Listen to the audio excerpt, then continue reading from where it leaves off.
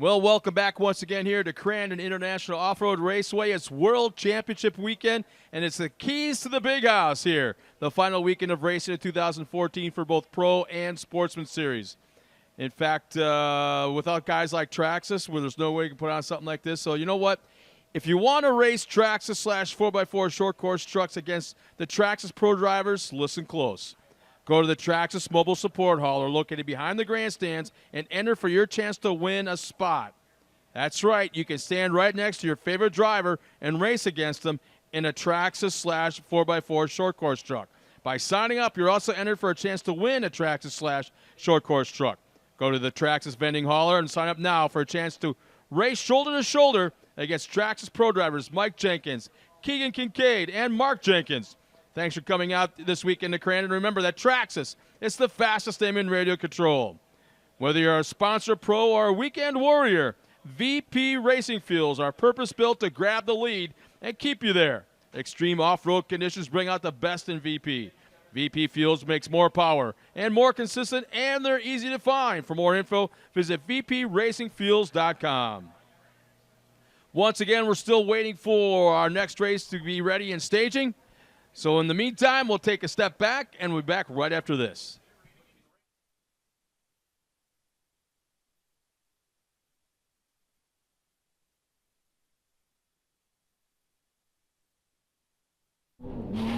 I'm one of the owners for Total Chaos Fabrication.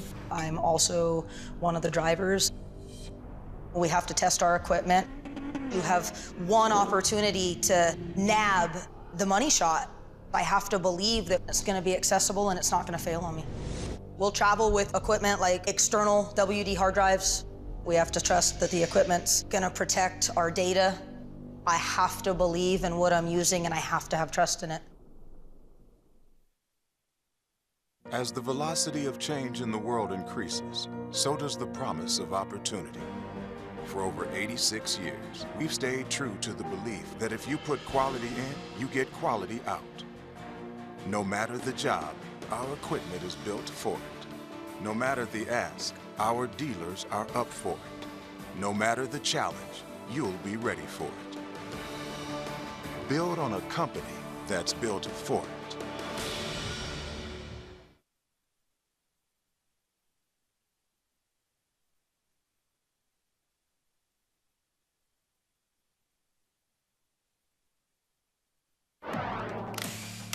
When you take that checkered flag and you're standing top on the box, you're proud to have AMSO on your shirt.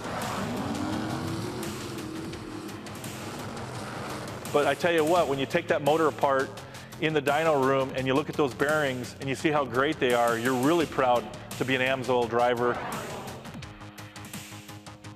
and to be representing a team that has product that's that good.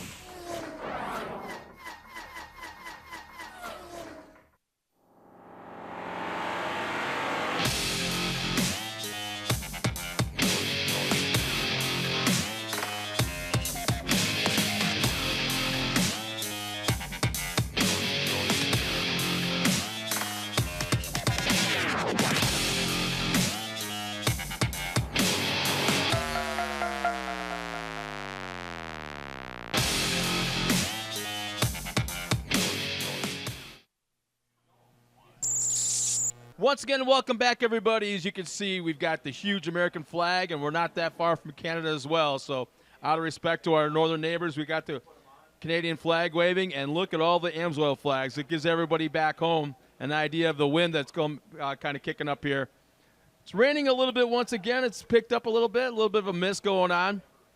As we get ready for our next race, I believe it's the single buggy class coming up next as we get ready to come out with our pros very, very soon. I want to give a shout-out to some of the people I know that are watching all across the globe and within our country as well. And I know there's a young man out in Southern California, Kaylor, 12-year-old Kaylor in SoCal is watching us.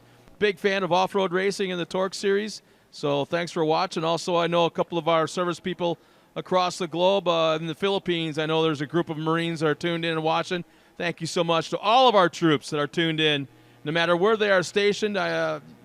We usually find out after the fact via emails or messages with the social medias of all the service people that have checked it out. And right there, guys, no matter where you're stationed, if you're in someplace very, very hot and very sandy, look what we're dealing with here right there on that picture. All the umbrellas, the raincoats, the rain gear, and nobody's going anywhere. And I got to tell you, Robbie, I'm going back and forth from the podium to back here to the sound tower, and there's people walking everywhere. There's people everywhere checking out some very, very cool things. There's even a guy out there somewhere going shirtless. He's out there walking around. He's been out there all day long bare-chested.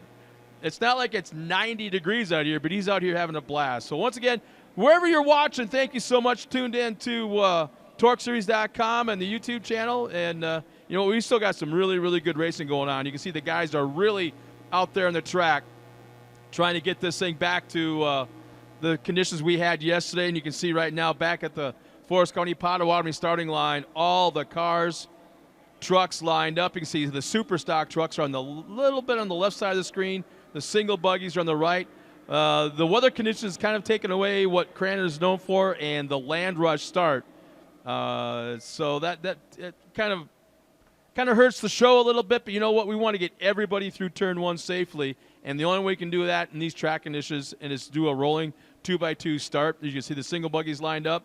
Richie Kuloff is right there with that brand new Dodge Ram that the racetrack purchased just a few weeks ago. Nice looking wrap on that. And it looks like that's Richie right there with the flag in his hand.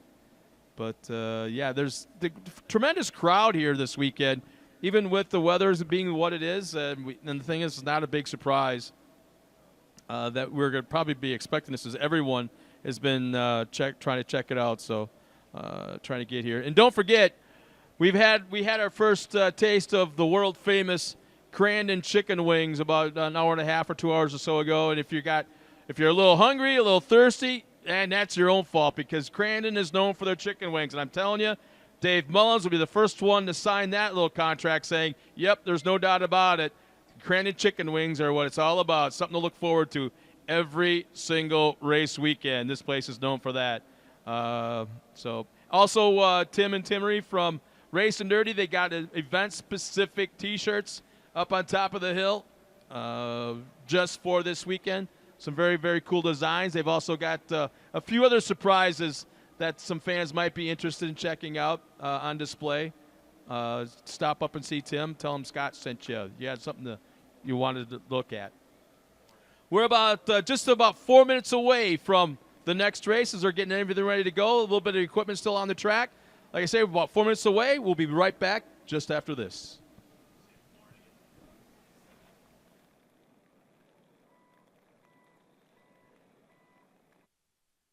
Fire and EMS professionals often use gas-powered tools and depend on this equipment to start when needed.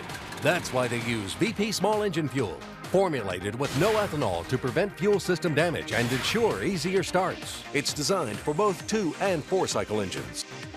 Try VP small engine fuels for your gas-powered tools so they'll start when you need them. Order online at homedepot.com or visit your local dealer.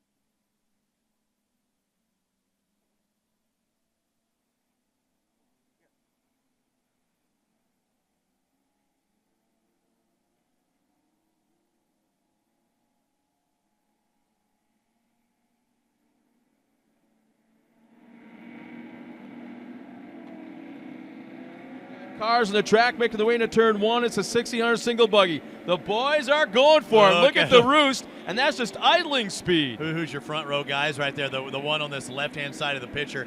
You test right now what it's like to drive. On that little bit of straightaway you have, you just get squirrely on purpose. Here's our line. We got Jason Flugrat in the 356 and John Fitzgerald in 395 in the front row. J.D. Corum, Bruce Manicky, the 396, 301, row 2. Row 3, Bob Blaney, Jeff Wyszynski. Row 3, row 4, Brad Erickson, Robert Kinner. In row 4, row 5, Mark Steiner, our points leader, and Cynthia Gauthier. Row 6, Matt Wedland and Guy Senkowski. Bruce Fraley, Lee O'Donnell, and Trent Hansen and Billy Booth. Well, it looks like they're going to get a sight lap, Sky. I know we were trying to get through that really quick. But if you were about on the second or third row, you were sighting more than driving and lost a lot of gap. So it really wouldn't have been fair to anybody back a ways. You know, it's tough to race in the mud. I don't care who you are, but it's tougher on some guys. Some guys that just aren't used to it. And you can be a pretty decent driver in the dry and look like a flat-out squirrel in the rain. And I think we're going to see some squirrely action if they have this race about to take off, because some of those guys did not look very confident on flat straightaways. Man, I would take as much air out of those tires and just open up those lugs as much as possible. If I had B-locks, man, I'm slamming those things on. I never would otherwise run inner tubes, but I would be today, just to be able to run as low pressure as possible. You want a really wide track to just open up those lugs. Low pressure, make it as wide as you can. Or you got the other side, make a quick run to Rhinelanders or Fleet Farm, like tractor tires, like the late farmer John would, and buy a couple of tractor tires and throw them on there, and make them as skinny as possible. Yeah, make some wagon runs out of their balls, man. So they got the wave around that first time, and some of these guys are going to have to pick it up because it's got a short chute coming down the front straightaway. So the leader's going to set the pace, and those guys, I mean, they're going to be half a track behind because they kind of didn't get on it. And I feel sorry for the guys farther back because they don't want to pass the guy in front of him, but this is almost a case where you have to.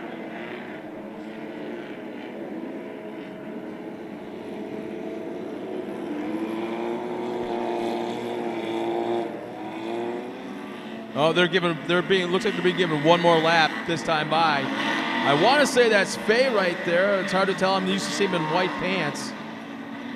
And I know some of these guys are having a hard time with the track, but they've got to pack up better than what they're doing. And I know some of these guys, you know, they might be in the back or going, I don't care, start the race. I'm just trying to survive and maybe pick some guys off with DNFs.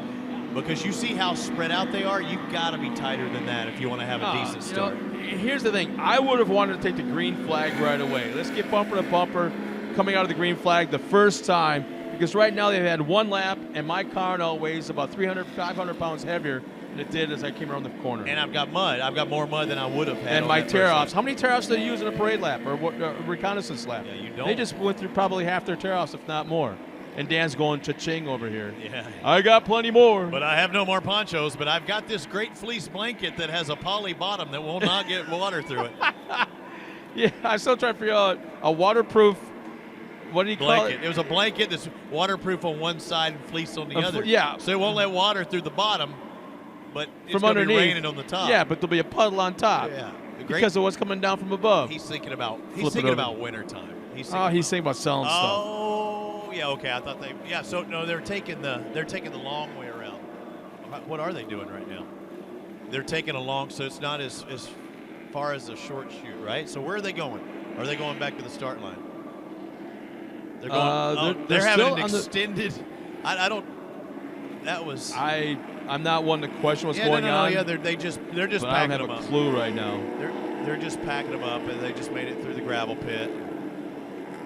And this does look like it will be a better start, because you've got to, as drivers, I know you're struggling to make it around, but you want to talk about somebody on that second row that's having a hard time just getting around there, just putting a number on the guys behind them because they don't want to pass. One guy I'm going to keep an eye on right now is Bruce Fraley out of Las Vegas. He's starting way back in row 7. I'm not even going to tell you what his number is because you won't be able to see it anyways, but it's a orange and kind of like a dark orange and silver car. 312. Okay. But he's out of Las Vegas. That's the last. How can a guy in the desert who's very, very he's very good short course, but an excellent desert racer. How is he going to be able to handle a track like this? He was on the podium yesterday, was battling for the lead and the win at one point. So, have you seen it raining in Las Vegas lately? Dude, he's got more rain to deal with than this place right now. It's been crazy there at times this year. I've actually can tell you something that I'm sure you've never heard of before. What's that? I was at an off-road race in the desert that got canceled due to snow. Oh, yeah, that's tough. Northern Arizona? Yeah, Dan was there too. All right, here we go. The safety truck pulls off, and it should be, our time and scoring's not up on here, but we'll get it the first time around. It should be what J.D. Crandon as Bruce Manicky leading that charge in front, and somebody taking a little excursion more to the inside. Here we go. Green flag is out. We now have a start in the 1600 buggy. And already separated. Who is that got the whole shot? Is that Crandon or Manicky? I think it's Flugrad, actually. Jason Flugrad. Oh, okay, yeah. I thought there was a scratch, but it was John Fitzgerald that was a scratch on our list. Yeah. Boy, oh boy, did he get a nice jump. It just kind of like caught everybody off guard, I believe, unless they couldn't see. Look at that. 376 going nowhere. Oh, is that Blaney? Yeah, and he was starting in fourth position. He's going to need help getting out of that. He cannot do it himself. So Blaney, tough break for him. But Flugrad looks like he has issues going through the gravel pit turn. He loses a big gap back to second. As it looks, boy, I can't quite tell who. We'll know it the first time around. 369, possibly J.D. Corrent. He squared it up. Oh, how about Kinner? Kinner comes to the inside. He had a very strong run last night. And you see, that's where we have a pass for the lead. Have a pass for lead. I think it's Manicky. It was up there. Who is it? Or Blaney, that was the one. I think Blaney might have taken the lead. Let's see as they come out across. 369's out in front. It's J.D. Corran who's out in front. I got lost early on who was who, but Corran has taken the lead, and we've lost our time and scoring up here, so we're just going to try and wing it with you and get as tight of shots as we can.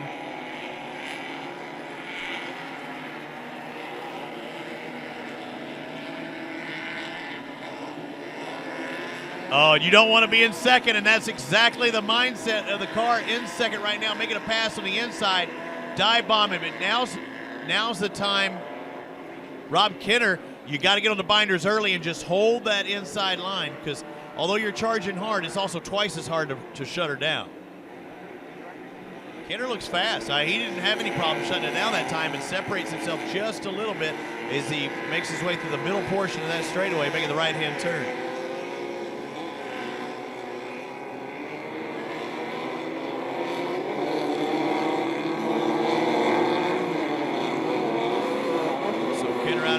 Completes one lap, green flag out. This is the 1600 buggy race. I'm assuming another 10-lap race. Oh, somebody over-rotates. It looks like that's Brad Erickson, right? Erickson, I believe, second. running in second, yeah. Somebody over-rotated, went from second to fourth. Brad Erickson and running in second. I believe that's Flugrad in third. Glad you know. Somebody with a 5, yeah, probably 356. Whoa, somebody just about over-rotated. Oh, no, that's second place. Yep, okay, that's there. Erickson just popped out of the screen. Here comes Flugrad running in third, but he's going to the outside. And I believe that's Fraley right there out of Las Vegas, yeah. Bruce Fraley just goes by. He's now in the top 3. Yeah, 312 up in there. You said how well would he do? He does really well. Well, we saw him where? At Bark River. After not competing with us throughout the year, he went out Bark River and he's running really strong, having to work his way through the field because he was not in it in the series points. It looks like he's doing the same thing here today. Having a bad starting position in 14th and already up into the top 3. So isn't he the one that won at Bark River? The last day, yeah. Fraley's the one that won at Bark River on that final day, so he may be the one to watch for here, even though J.D. Corran's the one out in front, the 369. Oh, Kinner looks like he got rubbed off. Kinner's off the track. And, oh, no, actually that's what one car was getting pulled off the track right there. 350. 369 just ran off the track right when you saw Kinner in there. That was Corran that was out in front.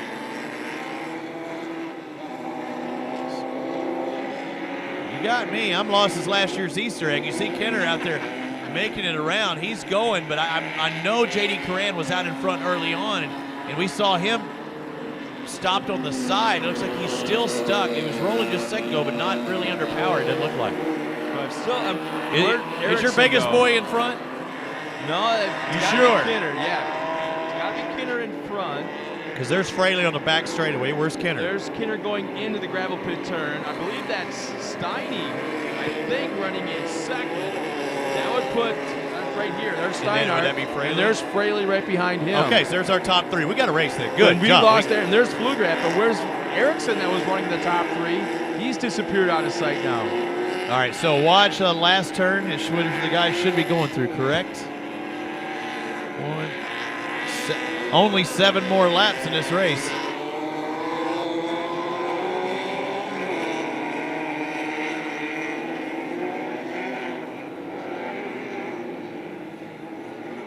So coming down the front straightaway should be your top drivers, 1, 2, and 3.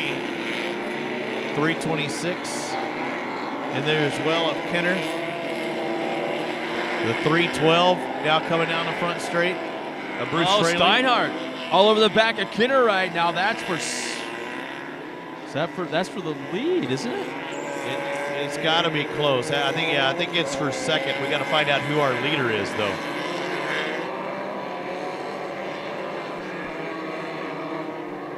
That would put Brad Erickson up front. If that's a battle for second, Brad Erickson's coming out of the corner. That's the car that's right at the track's launch zone right now. If that's our leader, that's Erickson. That would put Kinner in second, Steinhardt in third. Fourth would be Blaney, I think, no, right? Fraley would be the one in fourth. Fraley, excuse me, sorry. Yeah, that should be it if we can just make sure. Looks like competition yellow's coming around the next time around. So Erickson is coming around right now onto the front stretch. Yeah, here's first, second, third right here. Coming down the front straight right now. He's got his hands full, and his car is just, I don't think he's got any travel left. That car has got 0 ride height. He kind of unloaded a little bit. Didn't catch in the air, but unloaded a little bit. But as soon as it came down, it slammed down to the ground. So he's on the bump stops. If the wheels aren't on the ground, you're not grabbing for traction, are you? So he's okay with it. He's all right. He'll keep his squat and just clawing for anything he can get. So, and it looks like Blaney just smacked the inside of the wall right here in front of us. You see a little bit of a blaze orange. I believe that's Blaney. And he's just off the racing line as well, so guys going to have to take a little higher and could get them out of position, making that final left-hand turn before the front straight. So there's your leader right coming to the checkered right around now, or the flagging stand with the competition yellow. So yeah, competition yellow is out. Yep. They're second, third, and fourth, I believe. There's Brad Erickson cross line, Robert Kinner, Mark Steinhardt, and Bruce Fraley. And that looks like that was Blaney that clocked the inside of the blue wall right before the left-hand turn onto the front straightaway. You know what? We're going to clean things up the best we can up here right now. We'll be back in just a moment for the second half of the single buggy race. When adventure calls, count on the Trail Grappler to get you to your destination, wherever that may be. Large, innovative tread blocks provide additional biting edges to help you command the most challenging terrains as you discover new trails. The Trail Grappler's 3-ply sidewall and thick rubber construction aids puncture resistance and provides durability when you need it most. Nitto Trail Grappler, where road meets trail. What is it that makes a Husqvarna dealer a Husqvarna dealer? Well, just look close at the engineering in our outdoor power equipment. We're known for high performance and reliability in everything we make. So is it any wonder your Husqvarna dealer is also known for high performance and reliability in everything they do? With a nationwide network of Husqvarna dealers, there's one just around the corner.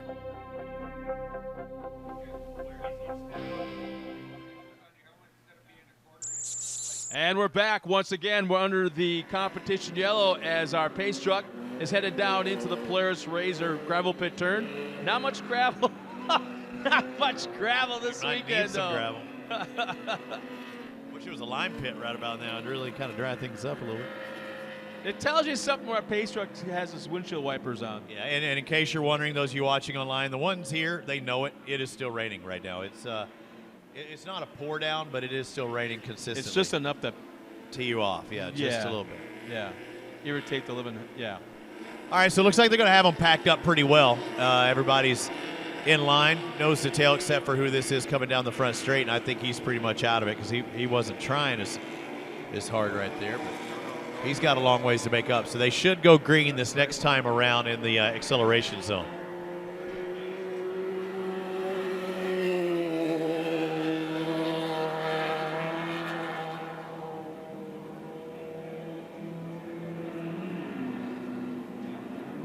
So once again, we've got Brad Erickson up front. What's the difference of it? Pick up them coming See, around. Erickson up front, Kinner at second, Steinhardt third, fourth is Bruce Fraley, Flugrat running that fifth spot. Oh boy, unfamiliar paint scheme on that next car. Can't see the number, but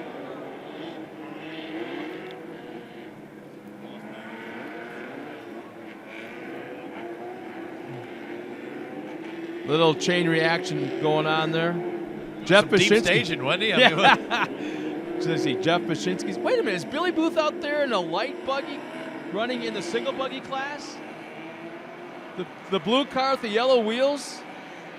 That is a light buggy up there running in the single buggy class. I just realized that. He was 17th entry on our list.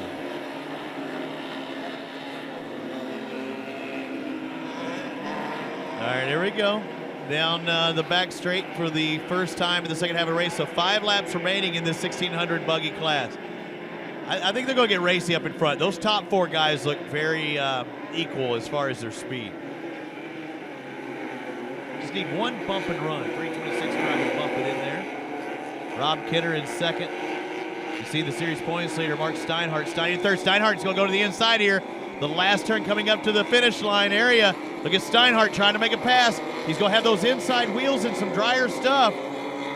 Yeah, he made it, but can he hold it? Now he's set up on the outside for the left-hander. Kinner just wasn't about to hand it over either. They were rubbing sidewalls on those tires. And now we're right with these 2 guys that have been battling all season long, Brad Erickson and Mark Steinhardt. Steinhardt has been winning a lot of races. Brad Erickson's won a few. In fact, Erickson came out on top back in Park River about a month and a half or so ago. So this will be very interesting. Kinner fighting back as well, so he's not going away. We got 3 cars starting to pull away from the entire pack. Yeah, Steinhardt, the only guy we saw really look aggressive when he look at Kinner. Kinner goes outside of Steinhardt going into the gravel pit turn. Bet you didn't see that coming, did you? And will he do a Walker Evans Luxembourg move and keep on going straight to Argonne? Nope, he makes a corner. Yeah, that was a scenario of if you're going past me, you're going to pass me on the outside. Oh, darn, you just did. Well, the whole thing is you got plenty of straightaway speed, but then you got to stop and be able to slow down and be able to turn. But he went by so fast, he takes over the racing line and he has the inside again. That was just an outside. I love stuffing. I love stuffing from the outside. That earns oh my respect. God, that kind of takes away a little bit of the guy you passed. That kind of blows the steam a little bit. Oh, Rambo back there, the leader, I don't know, got a little squirrely, lost power, something, but second place just got all up in his business. And the 326 really closing in there. Rob Kinner in second, Steinhardt back in third. Watch Kinner, he wants this.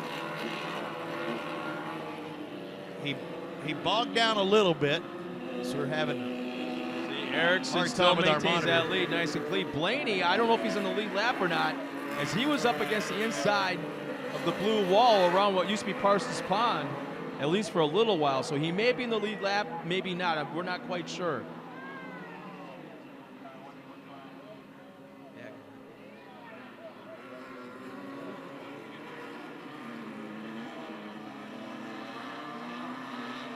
Three to go next time around, or this time around. 3 more to go. 1, 2, and 3 making the left-hand turn, coming down the front straightaway. Only get a couple more opportunities to do so.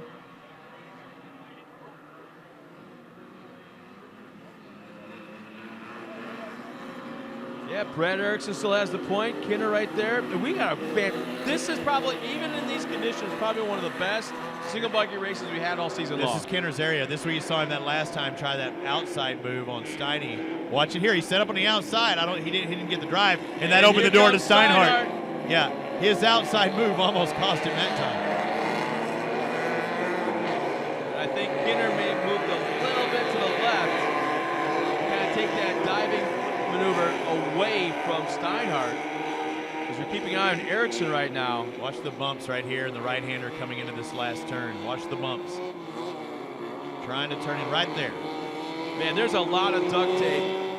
Purple duct tape, by the way, on Erickson's car. 2 laps to go. Barely little slits on both the front and the sides of our lead car, and there it is. Prediction, who's going to, the white next time around. Prediction right now with a lap and 3/4 to go, who's going to win this thing? Unless there's contact, I think Erickson will be able to hold them off. I'm saying Kinner. But I don't think Steiny wants it back in third, but I think we saw both of them. I don't think Ericsson's going to do it because I think both of these two guys have been more the aggressor. Oh, look at how far back, though, that Steinhardt's fallen back. And look at this. Yeah. Erickson seems to be pulling away. Wow, we got about a 20 car length gap back to second. Kinner's going to have to do a lot more than just bonsai a couple of corners. Slow and steady wins the race. I think that was the case right there. When I was talking about the aggressiveness, what it's going to take to win, the aggressiveness actually cost Kinner that time. And Steinhardt behind Steinhardt might have a shot, though, for second as they come around the corner for the final time. We'll get the white flag the next time around. So about there it is. left, Yep. or 1 lap to go. There's the white flag. I thought that was the white flag. Nope. Here we go. So this is it. Last lap. Okay, that may change things. We'll find out how we can, let's see, Erickson got to get through the corner nice and clean. No missing shifts. Kinner's up on the cushion. He's charging hard and riding that outside cushion. Kinner looks like he wants to be aggressive on this last lap. If he gets a good drive in the initial part of the back straightaway, I think you're going to see a bonsai move from him. Remember, Scott, this is for a world championship. And that opens the door for Steiny. If you're a USAC official watching this race and all of a sudden he comes into that final corner and just dives in and they make wheel-to-wheel contact, side to side, do you make the call? It's for a world championship. Yeah, I think they kind of threw away the rules on this last lap. Erickson comes through the corner nice and clean. You're right, he does look really good. Oh, bogging a little bit right there. Both Slow these guys coming out. Kinner's going to close in a little bit. Watch this, 1, 2, and 3. Only have one more turn to go. Who wants the world championship in 1600 buggy? Ericsson's got that inside line open a little bit. The line is open. Erickson goes back to the inside. Steiny tries outside. Ericsson's your world champion. Kinner is second, and Steinhardt third. Great job by Erickson. Charging deep into that last turn. He knew that's where the guy had to make the pass, whoever it was. He charged in hard, but still had the wherewithal to get it slowed down while he was straight and not on the brakes while he was set up turn and get himself out of position. So good job by Erickson taking the victory. Second place, did a good job at Kinner as well. Steinhardt in third. And those are your top guys in points as well. Scott Rain's going to work his way down to the victory podium and talk to the 1600 buggy competitors. We had these torrential downpours, and these trucks are not designed to have another 2,000 pounds of mud put on them. And then you pack the radiators tight. The tranny gauge, the water gauge, the oil gauge, everything's pegged. The Amsoil product came through for us and kept the rear end, the transmission, and the engine all running fine. And I tell you what, we were ready to go for the next day and pretty proud of it.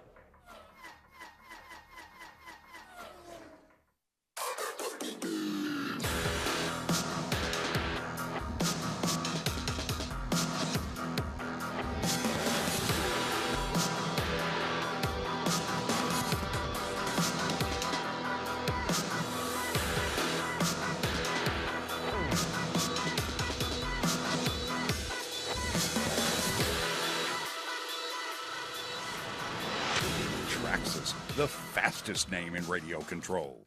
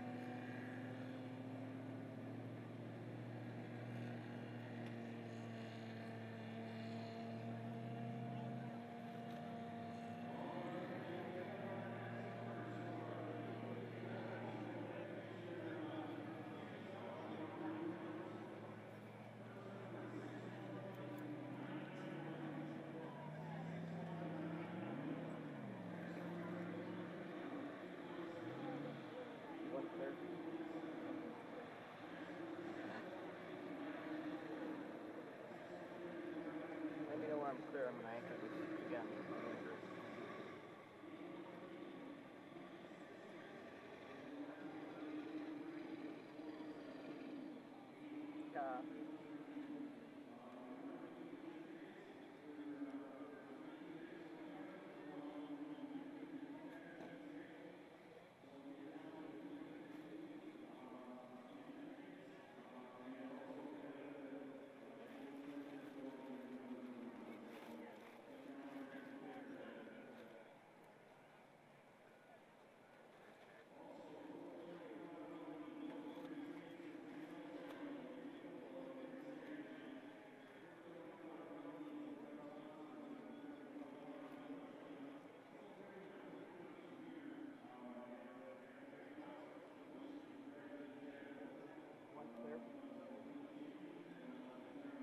Sorry.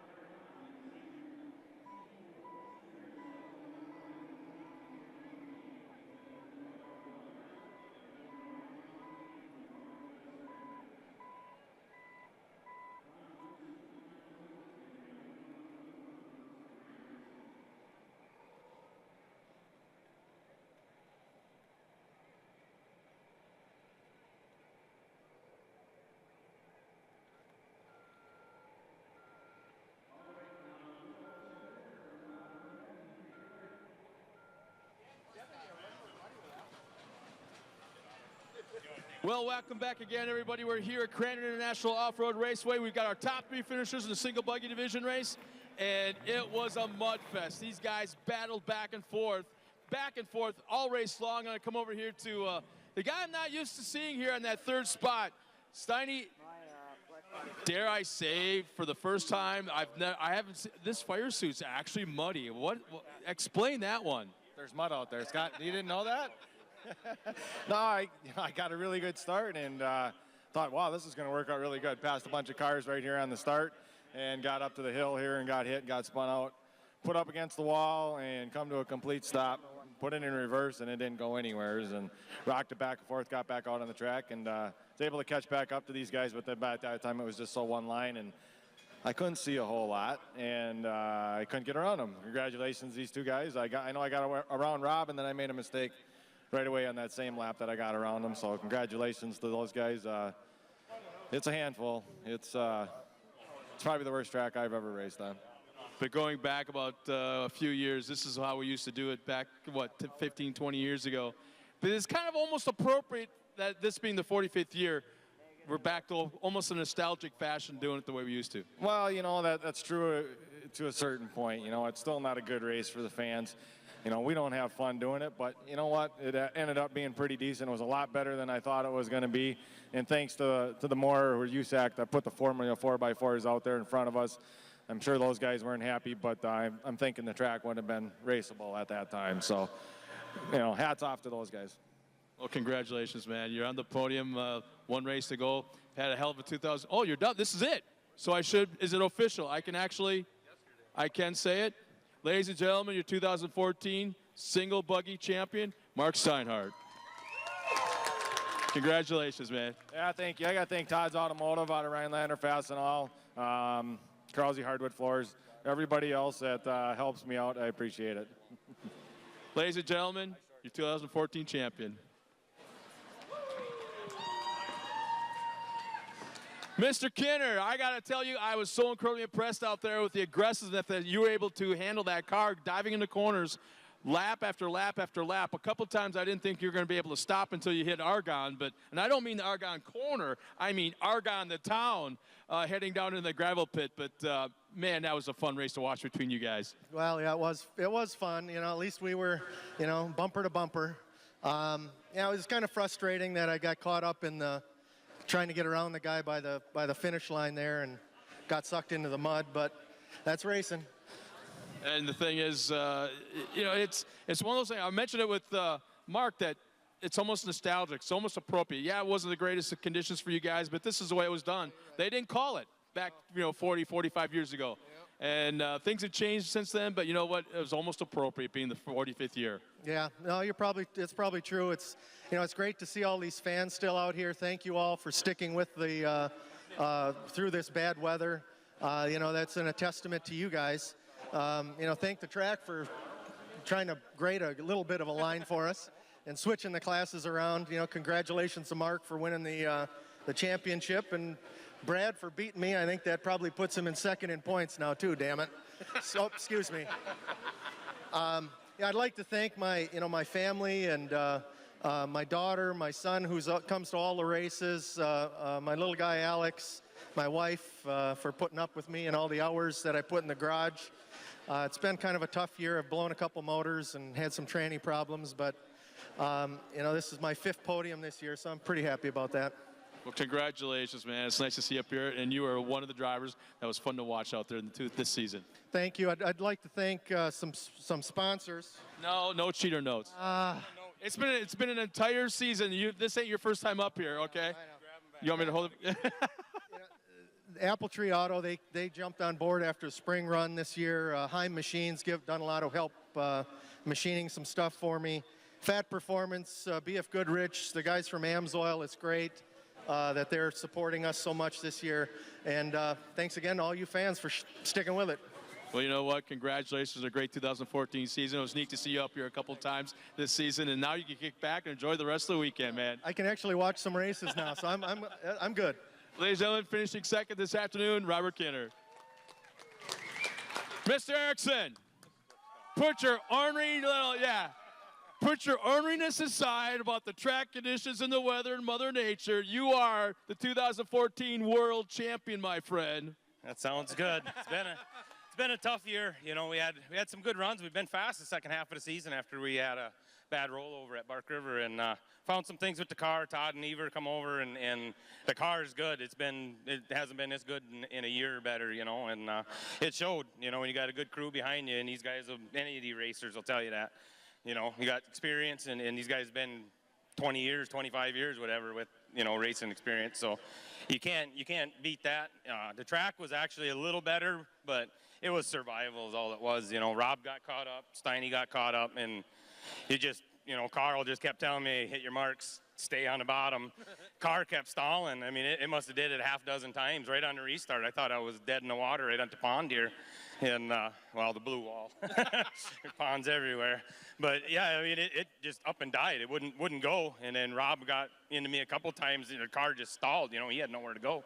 And luckily, she came back to life with a little bit of a bump, and away we went, you know. Well, I got to tell you, let's go back quite a few years. Let's say about 15, maybe even 20 years, and you were out here in the racetrack. And I won't say you were like a mid-packer, but you kind of were. But you know, I'm looking at now the world champion 2014, and week in, week out, you are a staple in this class. You are a top 3, top 4 car every single time. And this class has been anything but a runaway by 1 or 2 drivers. It's been crazy competitive. This almost, I guess you could say, is the IROC from years gone by. This is the IROC of off-road. Yeah, I mean, me and Steiny probably been in it longer than anybody in the class. But, you know, I mean, seat time experience, knowing who you're racing with. You know, I mean, that just experience, you know, basically is what it comes down to. And we come out on top today, luckily. Nice job, man. All right, thanks. I got to thank my guys, Big O's Lube and Service right down in front here, Hilltop RV, my crew, my wife, my 2 girls. I mean, it's pretty cool, you know. You got everybody here, and just thanks for coming out. You're the second guy this afternoon I've had to remind that the wife is always the first one on the list. Saved the best for last. Nice job, man. Ladies and gentlemen, our top 3 finishers in a single buggy. Let's hear it one more time. For your 2014 class champion, Mark Steinhardt, finishing second today, Robert Kinner, and your 2014 world champion. What's your name again? What? Really? What? I'm not going to say what he said. Ladies and gentlemen, we'll be right back right after this for our next race this afternoon. Stay tuned. Emergency safety crews depend on their gas-powered equipment to start when they need it. That's why they use VP small engine fuels, formulated with no ethanol to prevent fuel system damage and ensure easier starts. Designed for both 2- and 4-cycle engines. Try VP small engine fuels for your gas-powered tools so they'll start when you need them.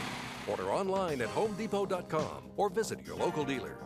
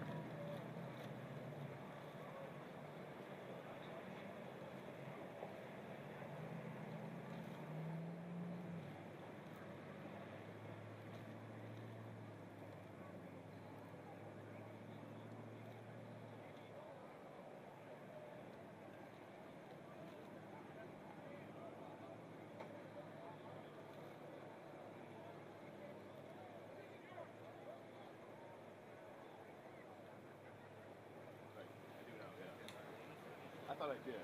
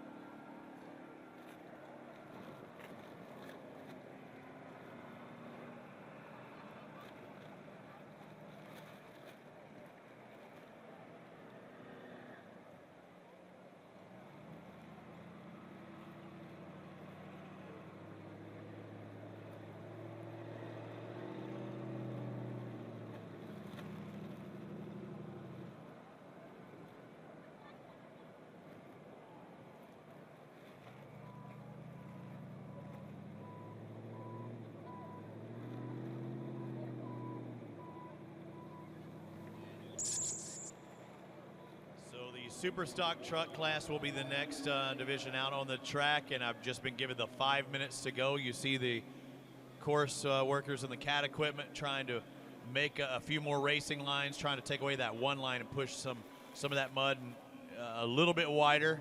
It looks like they're making their way off of the track now. So less than 5 minutes to go, we'll get things underway with the super stock truck race, and there's 20 guys scheduled originally today to race this. We'll find out if there's any cancellations, but should be a big class, and we had the super buggy a little bit later. Right now they're in the USAC truck, I've been told, and they're trying to discuss as far as Torc the Off-Road Championship, what they're going to do as far as the Pro Lights, Pro 2s, and 4s, whether they will have racing today or not. But the final two sportsman classes are still on the schedule. The first up will be the super stock truck race with 20 scheduled to race here in just a moment.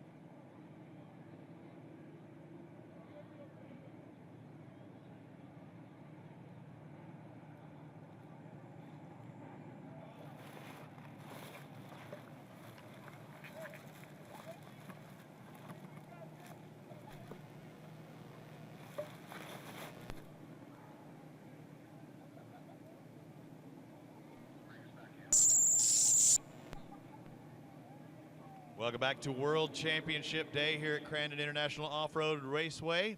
Stops number 13 and 14 of Torc, the Off-Road Championship. But we've been crowning some sportsman champions throughout the afternoon. It's been a rainy, soggy day for those of you here in Crandon. You know exactly what I'm talking about. For those watching around the world, yep, it looks wet, and it is wet. It's not raining at this very moment, but it has been off and on throughout the entire day. Up next will be the Super Stock Truck Race. Super Stocks, we had 20 originally scheduled. I don't think I see 20 trucks out there right now, but again, you never know. Some guy might pull up a little bit late. Some guy's trying to save their equipment for tomorrow. But today is for the World Championship. You could have a terrible season come here, and in one day you could be the world champion. As far as Torc, the Off-Road Championship, or Midwest Off-Road Racing, you know they're going to crown more champions tomorrow as far as this series. You can see where the graders, the CAT equipment, have came through. That's looking down from the first turn on the land rush start. What will be the first turn in the conventional side-by-side start is basically where the camera is. But you can see the graders have went through there. There was one racing line a moment ago. They're trying to widen it up, make it more racing lines. The Torc officials, as well as the Crandon officials, have been talking. They just come off the track, and they're trying to find out, will we have racing today for the Pro Lights, Pro 2s, and Pro 4s? I don't think that is yet to be decided, but they're trying to go ahead and go through the other off-road, the short course off-road races today in the sportsman categories. We have two more still to go. The Super Stock is on the line. They're getting ready to go here shortly, as well as the Super Buggy, which we had 17 entrants signed up for Super Buggy. So both of these two races should be pretty exciting, and we saw in that last race a good race for the top 4 positions. But it looks like the race is about to get things underway. Super Stocks, let's quickly go through the list, and no unnecessary order here because they are guys that have been dropping out. The 887 of Jay Schaefer, the 829 of Troy Shodden, the 837 Tom Varner on Saturday. Tomorrow you'll see Tom Groff. And the 819 Garrett Laurer, 886 of Gatlin Keener, the 851 of Joe Masachek. McKasick, that's what it is. I knew I wouldn't get that right. The 804 Jeff Fannin, the 827 of Matt Siork, 833 Nick Bing, 826 of Danny Beauchamp, the 885 Don Demony, and the series points leader Mitch Dorr in the 897 will start back in 12th spot. 13th Rob LeGrand, Matt Dale in the LeGrand in the 870, the 877 Matt Dale, 871 of Ben Wiersma, 899 of Scott Heikela, the 803 of Ken Wilson, the 815 of Sean Brewski, 876 of Brent Smith, and Terry Peterson, the 875. So I'm not sure if they're going to start on this first lap or they're going to give them a siding lap, but I see the flagger. He's got a green flag in his hand. If he likes it, I think we're going to go green. Let's cheer him on down this front straightaway. Let's hear it. Torc, the Off-Road Championship. It's Super Stock Trucks. The sportsman class is yes. Green means go.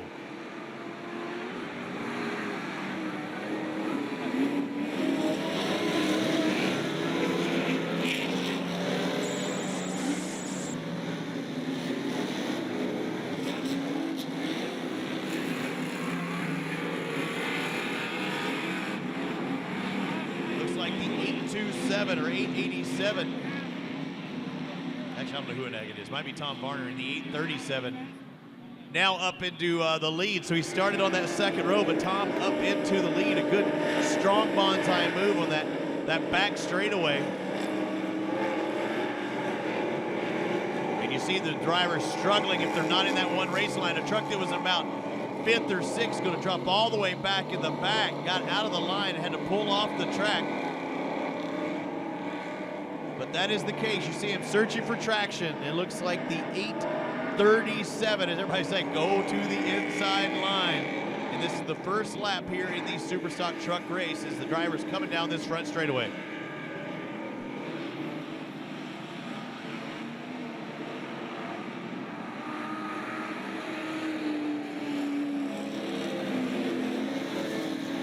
And trying to get my timing and scoring up right now, but everybody else on the internet kind of make things a little bit difficult, so we're trying to call this as well as we can.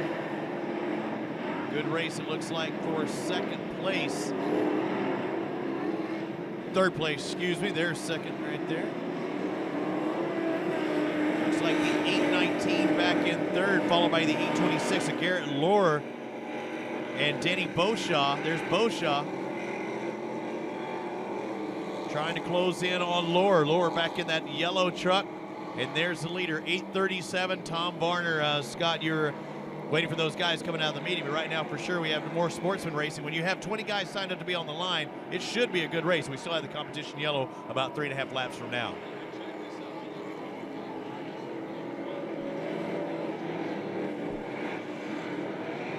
A few times in the past, a few races in 2014, Schaefer's done pretty well.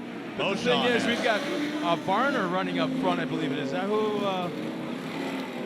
Varner? Garrett Lohr in there. Yeah, Varner was the leader. Yeah, Varner. So interesting spot for him. We got Beauchamp, though. He's kind of the dark horse. He's been very, very fast. In fact, look at him just blow by the inside of Lohr going into the gravel pit turn. Yeah, he makes that hard left, and Lohr tries to get traction go underneath him, but that's not going to be the case with Beauchamp. Getting aggressive, and it looks like, oh, look at the 887. Do you think he's high-sided? Holy smokes, yeah, he's halfway up under the highway. He's stuck like Chuck. That's a lots of matzo right there. He's full. Are we going full course caution? I see a lot of yellows. I see yep, yeah, we are. There's the truck. Full course caution. Easy for you. Here's the thing we got to keep in mind right now. This is the points championship. We only have a few points separating Don Demeny in that yellow and black Ram and that black and white Ford a little bit further back. Oh yeah, for Demeny up into 1, 2, 3, 4 spot now. And then battling for, I'm saying, what do the points tell us? The point standings. Oh, you don't have points? I don't think I have points for now. I don't have points for the sportsman. But Mitch Dorr, who's in, oh, I can't even see the number, but Mitch Dorr's got that black and white Ford right on the front stretch right now, right in front of the Jumbotron. He's, it's between him and Don Demeny right now for that points championship, and we're talking single digits. Okay, 887, if they unhook him. Oh, is that Jay Schaefer? If they unhook him, he's going to be able to hold on to his lap. 887 is Jay Schaefer. He got to get things going. If he can get things going, he's going to hold on to his lap, and he'll start in the back of the field. Now it's time to get on it, Jay. He can only go so far because the safety truck's now blocking his path. Right, and that's why they slowed them up back behind, because we got a bus stop up here. And now we've got two-wheel drive trucks going to try and make it up a hill behind the pace truck that's got four-wheel drive. But it's a good racing line. I think they're okay. That one line kind of packed in fairly well, fairly early. So, what you thinking? Boy, I wish I had internet up here. I'd love to find out what the points are, because it's single digits right now between Don Demeny and Mitch Dorr, as we're still working on. Now, does today determine their championship or tomorrow?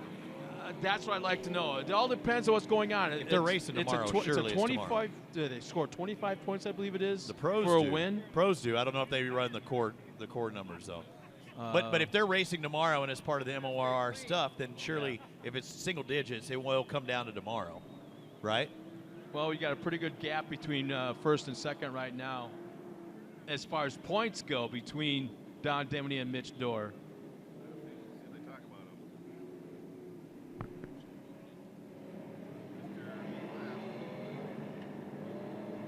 Jay Schaefer's getting on it down that front straightaway.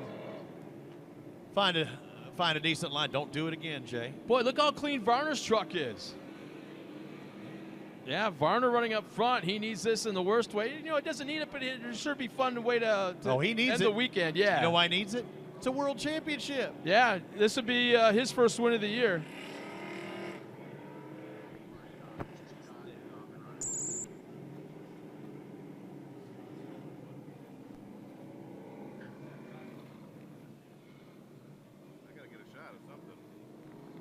All right, Scott's bailing on this one. He's going back out to the drivers' meeting. Try and get the word, and we'll try and relay that to you.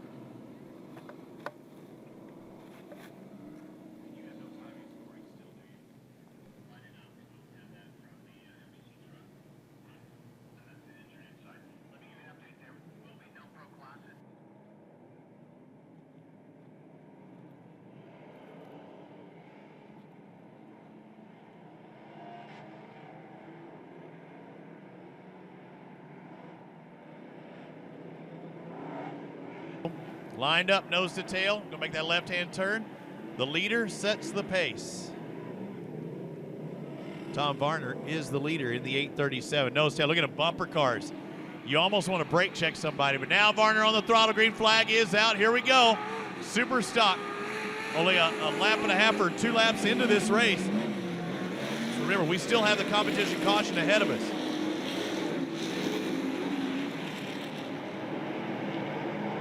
So this will tighten things up. You see Deminy, the 885, has started 11th back there in 4th position. You know how fast he's been all year. He's going to try and stick his nose on the inside back in 4th. Deminy on the inside trying to get in that top 3. Not going to be able to do it there. Varner pushes wide. Varner pushes wide. Now a new leader.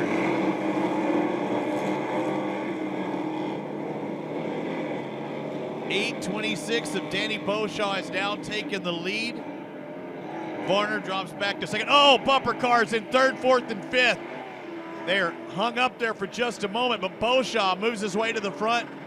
And you see Deminy bow now up into 3rd. Even though he saw contact, he moves his way up into the 3rd.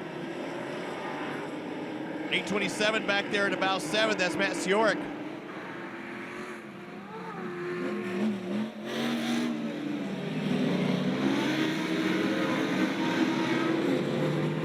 There's Sioric trying to get by the 819 just in front of him. Garrett Lohr, but a good race up in the front. That 2nd, 3rd position seems to be where the race is. Beauchamp trying to check out. Watch Deminy trying to go to the inside again. Look at the race for 3rd. Deminy squares it up on the outside. Actually has to play follow the leader, but look at the drive he's got. The 837 in 2nd, caught up a little bit. Tom Varner was hung out on the outside, but watch out, the 804 of Jeff Bannon back there in 4th, not backing down. Bannon in 4th. Now look at Deminy on the outside, trying to go the long way around. He squares it up. He's lost. He's stuck on the outside. Cannot get back to the racing line, and that means the 804 moves up. Jeff Bannon now goes to 3rd. Deminy drops back to 4th. He was trying to find something. What he did find was a whole bunch of nothing. Got no grip and drops back through the field.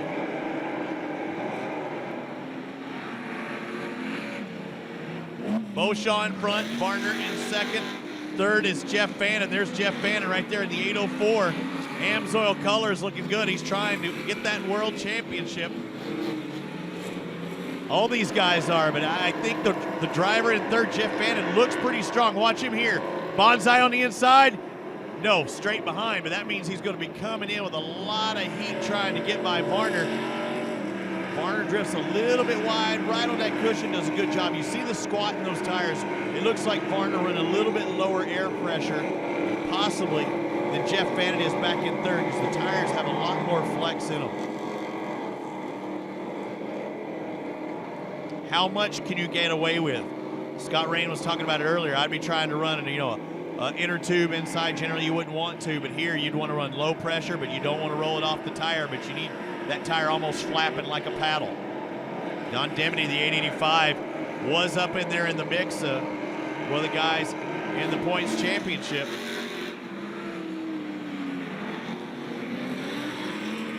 Dropping back just a tad is Jeff Bannon, or it's not him actually dropping back. I think Deminy's actually closing in. So they're 2nd and 3rd on the big screen on the video board. Danny Beauchamp out in front. I believe he's out in front. I do not see him, actually. I'll have to take a look. Yeah, there he is. He is out in front. About what? 1, 2, 3, 4-second lead over Varner. 3rd is Fannin. And there's Fannin on the outside. It's where Deminy got in trouble, but Fannin squares up on the outside. Goes the inside, a little bump there. Right in that bumpy section. Deminy, you know he's not going to go wide in that section anymore. He learned his lesson. One good racing groove, but if you're going to make a pass, you got to get out of that groove sometimes. Square it up earlier, square to the inside. There's your leader, Danny Beauchamp, coming into what is their first turn. One good racing line, good race for 2nd, starting to close in, or 3rd. Deminy trying to get by Fannin.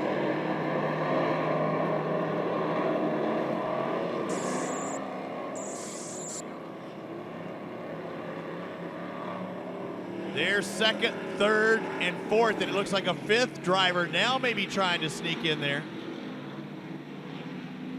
We'll try and get you that 5th driver because he come out of nowhere. Try and see if I can see back just behind Don Deminy. Is that Mitch Dorr? Who is it? There's the leader.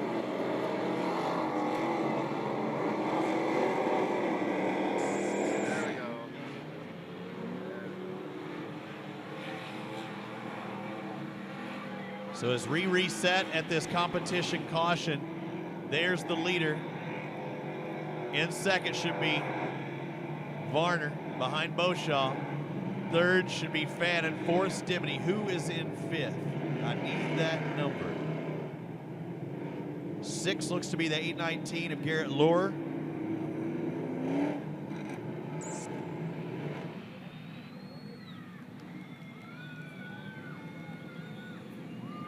So they're nose to tail lining up, and they should. Everybody's good. They did a good job in this, so I don't even think we're going to go to break. We'll pick right up with the second half here in just a second.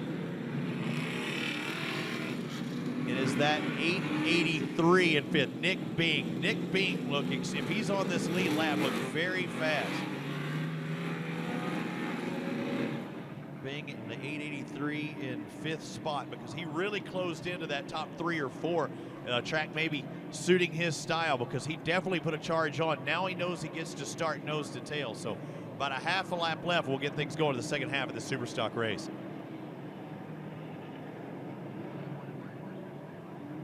As the Midwest Off-Road Racing Sportsman Division, we're going to try and crown another world champion today. Only the Super Buggy class remains after this one. We'll get an update. Scott Rains down there at the drivers' meeting, an update on what's going to happen with the Torc Series drivers here in just a moment.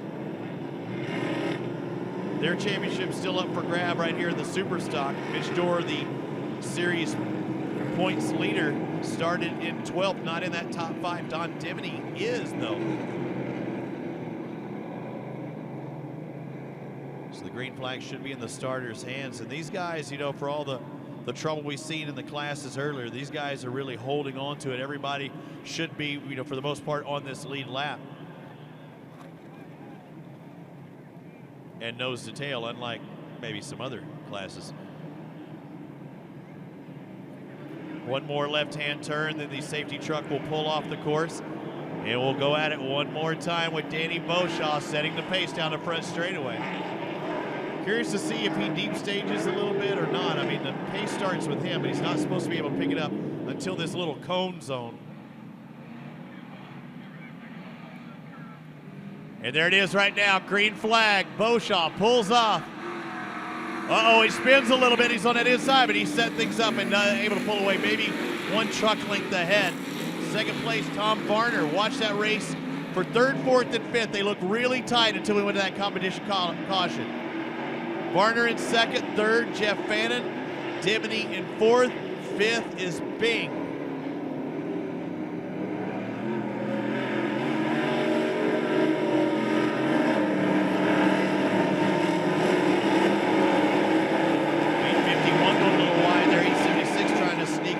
Just a little bit. That's Brett Smith.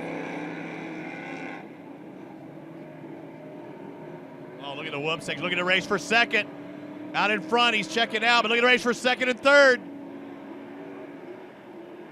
Make it third and fourth. Look at that. There's guys going at it, no problems.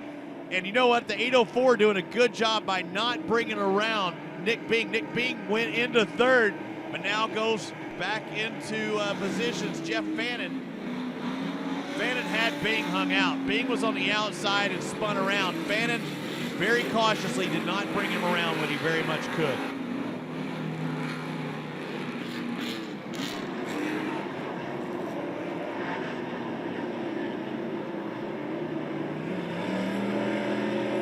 One, two, there's 3, 4, 5, 6, 7, 8, 9. All battled together. 1 and 2 separated just a little bit. In third spot, still the 804 of Jeff Fannin. Fannin in the white AMSOIL truck. Bing just behind him in third. Does that push Dimony back to fourth? Or, excuse me, back to fifth is Dimony in the 885.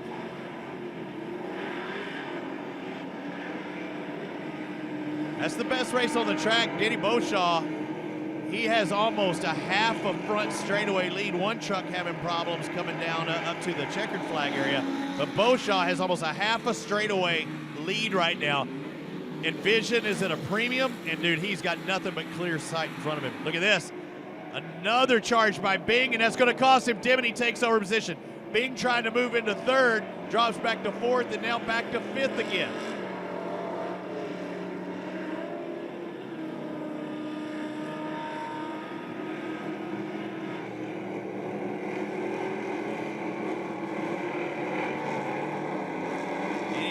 Anybody have anything for Danny Beauchamp? I do not have my time in scoring up. I'll try and get it a 4.5 second advantage right now for Danny Beauchamp. 8:37 is second. That's Tom Varner. Third is Fannin Dimney in fourth, Bing in fifth. Sixth, the 8:19 of Garrett Laurer.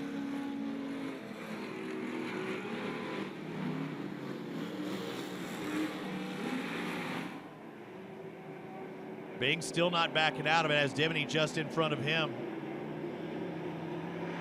I believe that is Bing in the 8:33. Yeah, that is the case, making that left-hand turn. And there goes Dimney trying to get by on the inside. Dimney has position, runs the 804 wide, exactly what he should do. Fannin was out of position on the outside of the cushion. Dimney takes over position, and Fannin drops like a rock. Bing gets by Fannin. 2 more laps to go here in the super stock class. The best race of the year I've seen from Danny Beauchamp in the 826.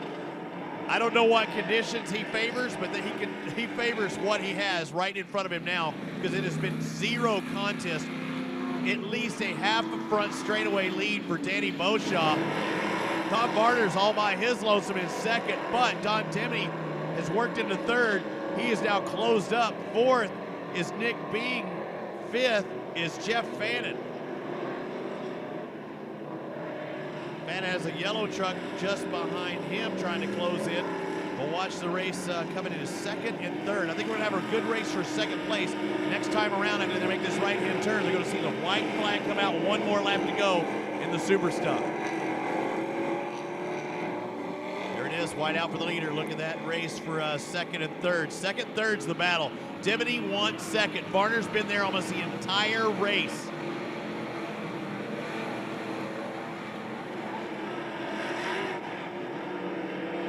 There's Dimney in the yellow and black. That he's in third spot, still on the podium, going for that points championship as well. I believe he was second in points coming into this race. Dimney's back in third. I think he's the one that might try and make the move. Varner's been kind of by his lonesome for a while, but now he's got pressure from Dimney. And just when Dimney had a little bit of gap, you start seeing Bing close in. Bing closing in back there in fourth. Dimney dives in a little bit hard. Tries to get some weight on that front end to make the turn, then stab it to bring him around. You see one good racing line, don't want to get out of it. Varner's holding on to that line. Here it comes. Checker flag about to come out for your winner. It looks like the 826 makes the right, and Danny Beauchamp takes the win and the World Championship second place.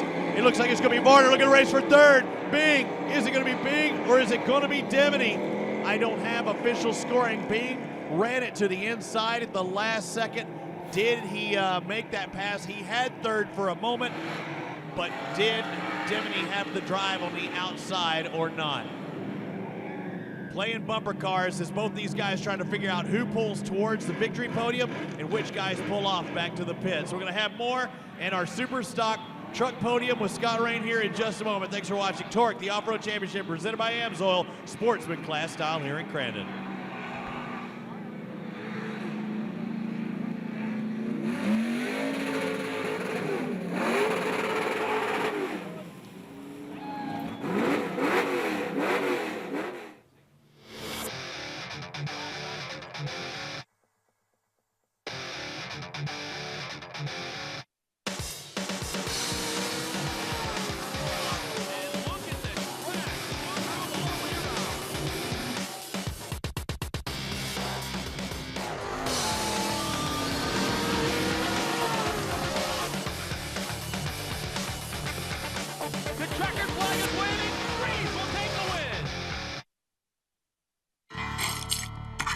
Before you get in, get going. Get gone. You need to get a tire that gets you. A tire like Cooper's revolutionary new CS5 with premium touring innovations for the way real drivers really drive. That's real life performance. Because life's a road trip. Come on, let's go.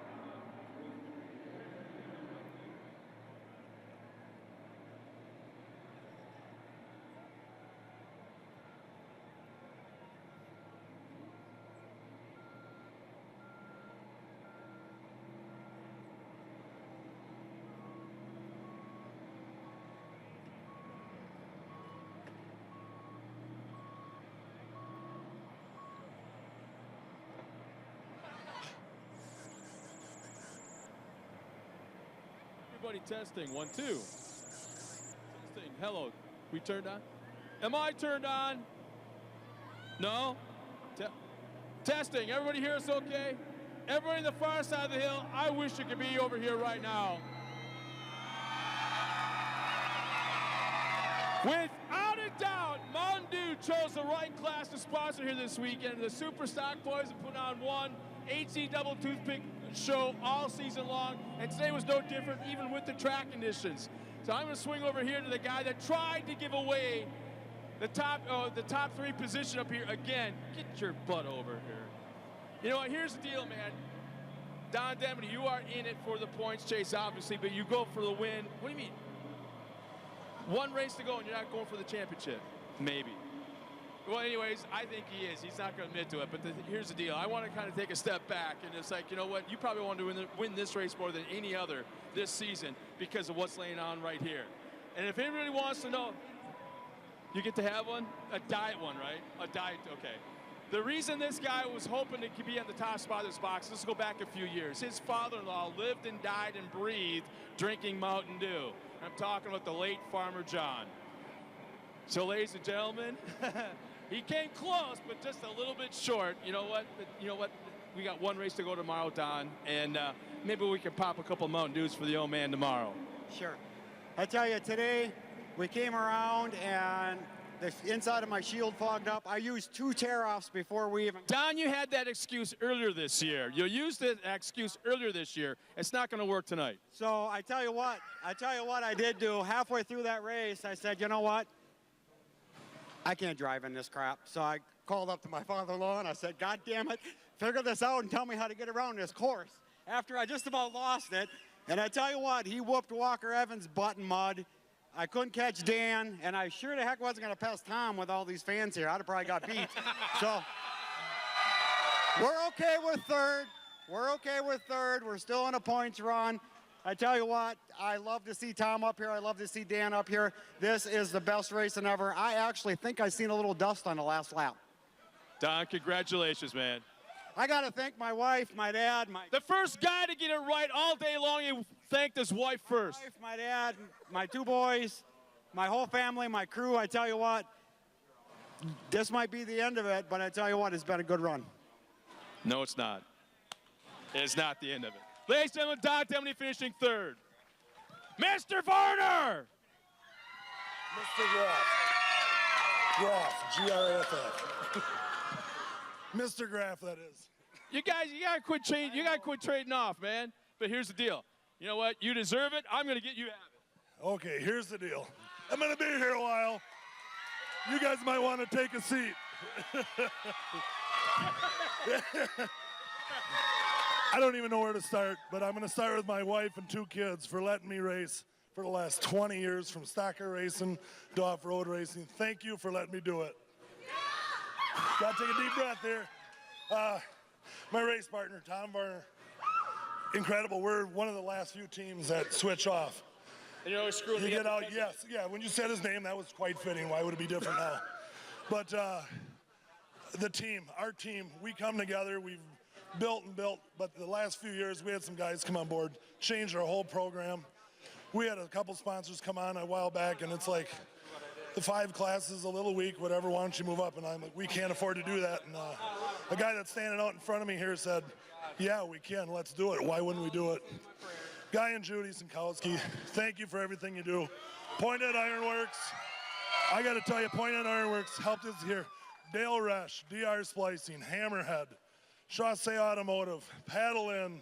Oh Lord, there is. So you're supposed to be able to read. You should have ran that up here. I can't read that.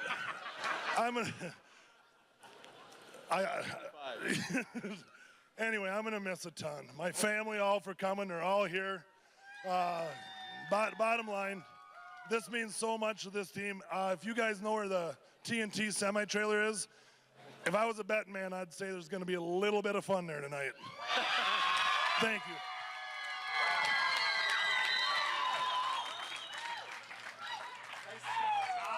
I don't want to hold it. You're the no. I'll hold it. I have no problem holding it.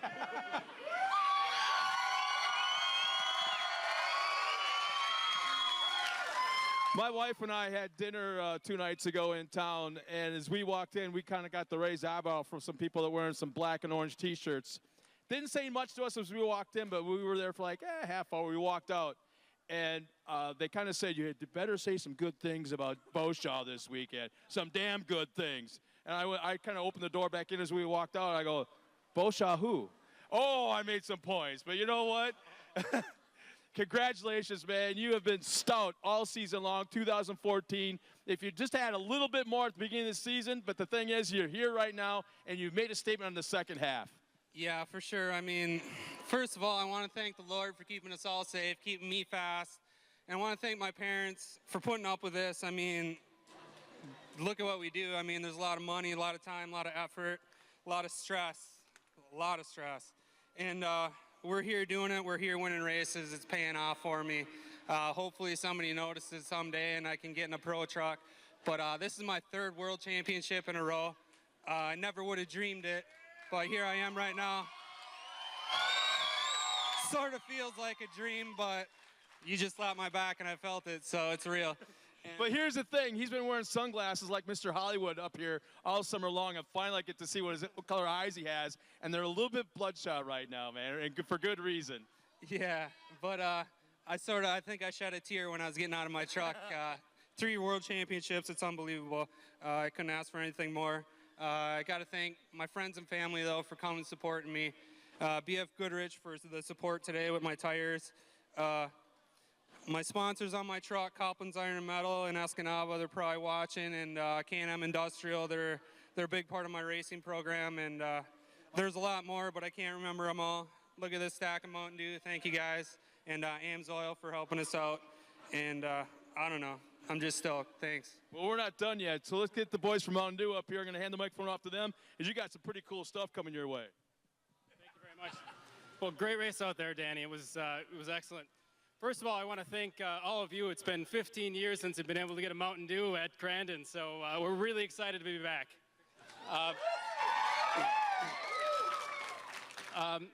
Got some great prizes on behalf of Mountain Dew. First of all, I've got 2 jackets here, a Mountain Dew jacket and a Mountain Dew hoodie, and $200 in Visa gift cards for you, and then 20 cases of Mountain Dew for you and your crew, so enjoy, and thank you very much. Race fans, let's hear one more time for your 2014 World Champion, 3 times straight, Danny Beauchamp.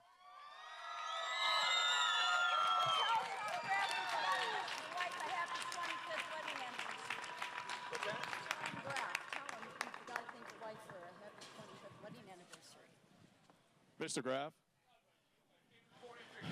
Wait. I was just informed that you forgot something very, very major. I got 2 things. If you'll 2 things. Will it hurt? Will it hurt?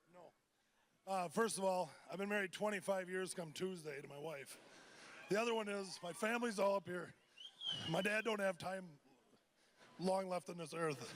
And this is for the 37. People who wonder why the 37's on the door, this is for my dad. There you have it. Can't end it any better than that. Ladies and gentlemen, your top 3 finishers in the Mountain Dew Superstock. With that being said, we got 1 race remaining. We'll be right back after this with some special news. Ready. Drive. And 90 degrees up on 2 wheels. Fly.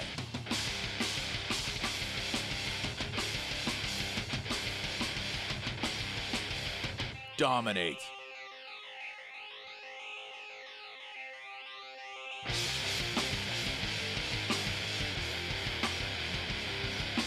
Celebrate. MagnaFlow. What is Monster? It's killing tires on the ultimate gymkhana course.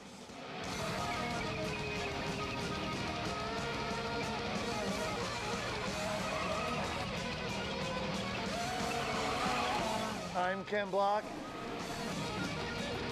and I am Monster.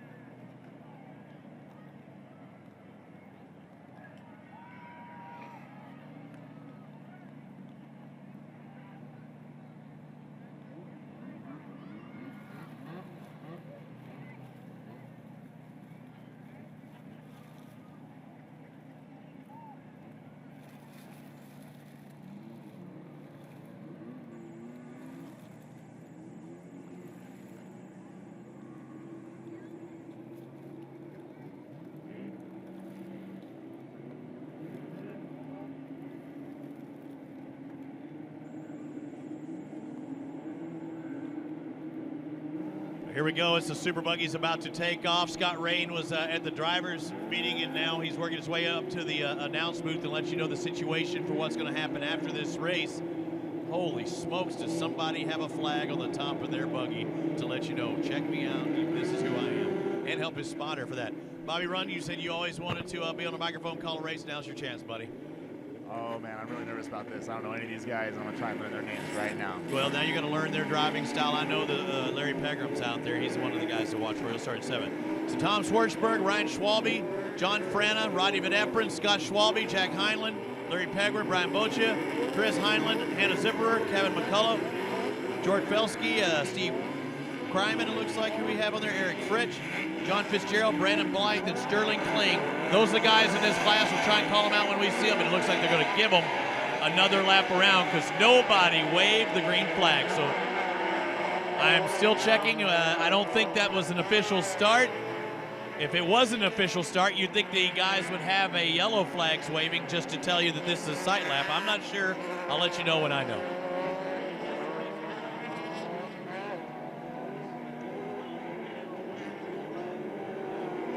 So I'm looking for a green flag. I still have not seen one.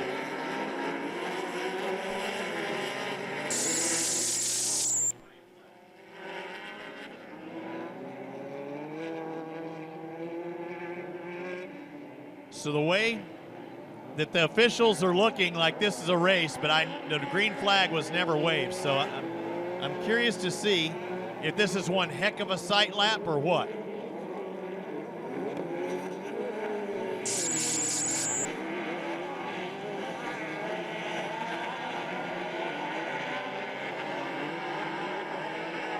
All right, Bobby Runyon. So now you get to see the wonders of television or web vision as we're here at Crandon International Off-Road Raceway. Man, I don't know how you do this. This is a race, so we are underway, and we'll try and get you on our leader right off the bat. John Frana in the lead there. Is that who that is? John Yeah, Frana? it should be Frana. He's in that four-wheel drive we see. Yeah, the 907 out in front. Ryan Schwalbe in the 2, back in second in the yellow. Now, our series points leader, Scott Schwalbe, in the 29. He had to start back in 5th place. Frana driving the four-wheel drive buggy, and one of the only guys we see. It looks totally different than the other guys, but you know you'd want the four-wheel drive today for sure, huh? Oh yeah, in this weather right now, you definitely want that four-wheel drive to be kicking in and digging through this dirt. You can see the two-wheel guys struggling to try and get that car to go straight, just spinning their wheels come out of the corner. Ryan Schwalbe in second, Ronnie Van Eperen back in third. You see Van Eperen trying to close in. Usually has one of the cleanest carts in the field. The 62 with the flag ablaze, and Kevin McCullough back in fourth. How about that? That helps the spotter big time. Look at McCullough, though. That's exactly what I did. I guarantee they had that conversation. They said, man, I can't see the color of their car anywhere. He is not backing down. How about it? I think he likes the mud race. Oh, he's all, he did until that point. Dropped 3 spots. That's how you got to be, though. You got to be aggressive in these races. Sometimes that works for you. And sometimes it doesn't. There was a case where it did not. So 93 up there on the side of the hill. I don't know if that's going to bring out a full caution. Brandon Blythe looks like he's out of harm's way, so no problem for him. Let's see, Frana. There's Van Eperen up into 3rd place. And not quite get the number. Looks like the 5 of Larry Pegram. Looks like Larry. He said he was pretty fast. One of the guys out there, he said a West Coast guy, he and him were both within a tenth of a second from each other.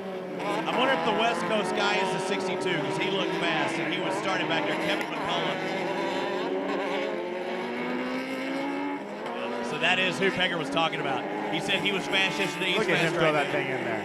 That's what you got to do it, right? That's exactly what you got to do it. If the track is greasy like that, they can definitely throw it in there. Is that his torque banner? Does he have a torque banner? banner? That is his torque banner, and I don't know if they're going to think about that, but it is clever. Check me out.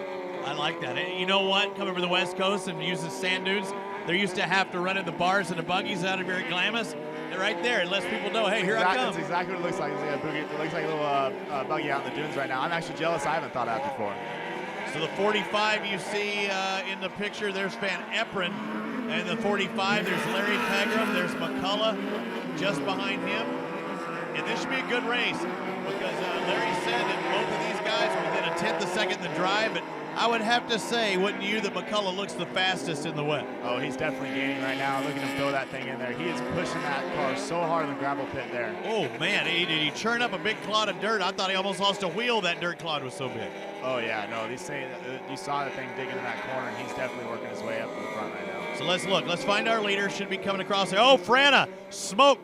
Just like Bill Cosby said, I smebbe smobuk right there coming down to that left-hand turn. Did that look? It just stopped all of a sudden, so maybe he has some type of oil leak or something, because you would think as soon as that exhaust gets on the hot part, it's going to smoke up, but it's not continuing. Yeah, it might be a light oil leak right now. It looks like you can still see it coming up a little bit more. Maybe something rolling on the right side of the car. He might have a line going down right now and just starting to spit a little bit. So again, the four-wheel drive in the mix. Frana is out in front. He's checking out a little bit. Now we hold back and look where the race is actually happening in second, third, and I don't see fourth. Pegram's passed for fourth, but you see Van Eperen in second, the 62 of McCullough into third. It looks like Pegram drops back to fourth. Rodney Van Eperen in one of the cleanest vehicles week in, week out. He's about to get dirty because he's about to get roosted upon as the competition yellow comes out. So a good thing for Van Eperen. He's going to start nose to tail with our leader, Frana. McCullough's going to be third, and Pegram's got to be going, what has happened? I dropped back to fourth, and I'm driving pretty good. So we'll take a break for a moment during this Comp Yellow and come back with the second half of the Super Buggy race right after this.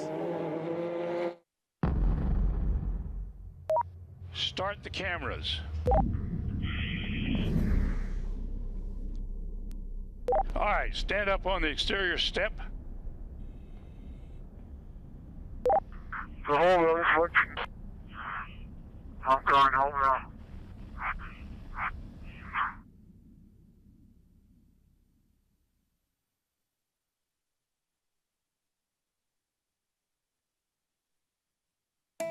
Husqvarna's latest innovation is based on a simple fact.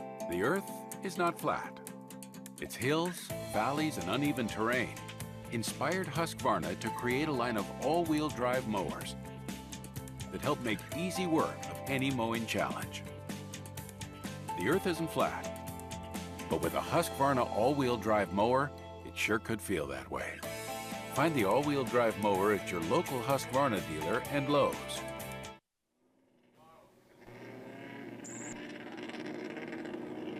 Welcome back to Torque, the Off-Road Championship presented by AMSOIL. This is the Sportsman Division. It's all sportsman racing today. We'll have an update here in just a moment from Scott Rain.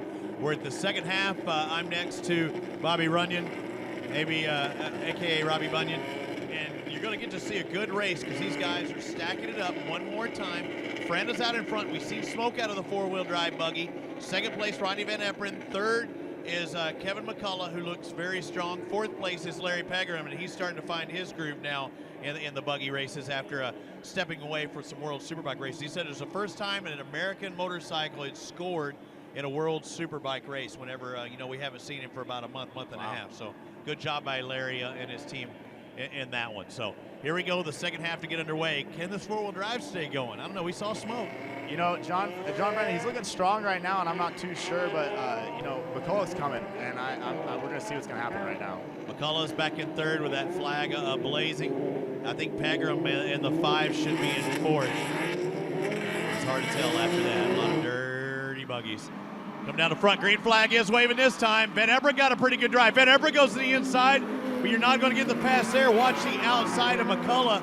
It looks like he's just kind of scouting the situation here, setting up for the back straightaway. Yeah, you see Fran pull away there, that four-wheel drive, really working on that dry stuff. Look at McCullough on the outside. Watch him square. He wants to go inside. Oh, got some push. But, drove around him on the outside. Can he get the drive out of the turn? The answer is yes, he's riding that cushion hard. He knows how to use it. It's all good. It's all good, Bobby Runyon. Oh my gosh, that's funny. And McCullough now closing in on Frana, so I didn't see smoke that time, and that was where we saw it earlier, but Frana... He is coming out to that four-wheel drive buggy. Yeah, and it can't happen. He's just charging and driving that hard. He might have the right tires for it. He just might have the style of driving for it as well. There's the 45 of Van Eperen. Back in, the 45 of Van Eperen. But McCullough, look at this drive here. Here's where he made the pass earlier. Square up on the outside. I think he wants that inside, but he's trying to drive. No, he's going the whole way around that outside. He's trying to keep the momentum in that buggy and keep the drive, and he's hooked up. Whatever his setup is, it's the right one. Yeah, whatever McCullough's doing, he's doing it right. He's literally. Oh, look at this. Now grab break and keep him on the outside. A pass for the lead. McCullough, and there goes Van Eperen. Frana. Oh, shoved Fran right in the fluff there, and that was it. I mean, almost had to do the Heineken maneuver on him right there because he got to the outside and he said, I have nowhere to go.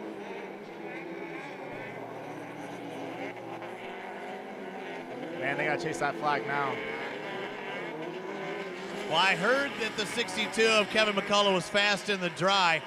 It looks like it's a great track right now, but McCullough, it looks like a perfectly set up. If you stay in that race line, it looks like a perfect late racing line right as it is right now, wouldn't you say? Oh yeah, it looks great. They got a good little cushion worked out there, but that fluff is some nasty stuff. I mean, if you're looking at it right now, that's probably a foot or two deep. Dude, we're going to see dust in that in the gravel pit. I see dust in the gravel pit. Who would have thought that? And I know the pros because I heard, and we'll get the official word here in just a moment. I don't want anybody to leave right now, but we are expecting Torc the Off-Road Championship to be only tomorrow, and we'll see multiple classes multiple times possibly tomorrow, and Scott will have the update on that. Fran is starting to smoke again back there in third. Yeah, he might have something going down, and maybe the differential is smoking or something like that. I'm not sure what's going on. Might be a Nerf bar, something rubbing against the tire. It might not be oil at all. Yeah, that right side Nerf bar does look like it's leaning over quite a bit. So Van Eperen, Ronnie Van Eperen in second, the Husqvarna colors. Pulling away a little bit from John Frana there. Oh, Van Eperen dove in hard, got a lot of push. And Frana closes in just a bit. What happened to, I can't say his real name. What happened to Pegram? He's just back there kind of watching this race go on in fourth. I'm kind of surprised at that. I thought he'd have a little bit more for him. Yeah, it looks like the white flag the next time around. I can't see it, or is the white flag waving now? White flag the next time around. There's a flag waving for the 62 of Kevin McCullough. Coming from the west side, trying to win him a world championship. I would too. Hey, you're from the west side. There's nothing wrong with coming out here racing with. No, I'm proud of this guy. Somebody needs to come out here and whoop on these East Coast boys butts. Come on. Throwing the W out. He looks good. Yeah, West Coast is coming for you Midwest. Yeah, putting a little west side in the Midwest. You can't have a Midwest without having the West, and that's exactly what we have here. McCullough had worked up from 11th place start, looking at the starting list as the white flag comes out, one more lap to go if he can keep it on all four wheels. Second place, Rodney Van Eperen. John Frana closes in third. Don't even see Larry Pegram in the picture in fourth. And the Popcorn Sutton Tennessee White Whiskey entry. I like the flag. I think that was smart. We saw that in an entry earlier with the Canadian flag showing and really identified that driver. I'm going to get American flag, go put on my Pro Light for tomorrow. You do that. Or a Wisconsin Badger one or something like that to really get the crowd behind you. You know, I'm going to get the California flag. I got a big bear on the side of it. You guys all know where I'm from, man. Right.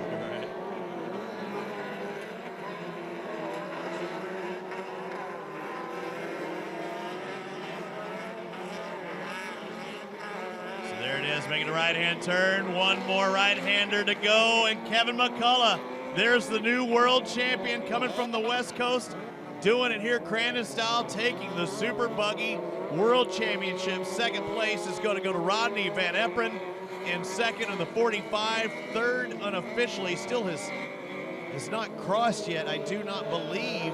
Yes, he did. Frana's going to take third. Fourth place looks to be Larry Pegram. And we're watching on the big screen as McCullough's going to do a little donut action, spinning around and make his way over the victory podium. Good job for the man out of California, the west side, showing you how to do donuts. And Scott Rain heading his way to the podium.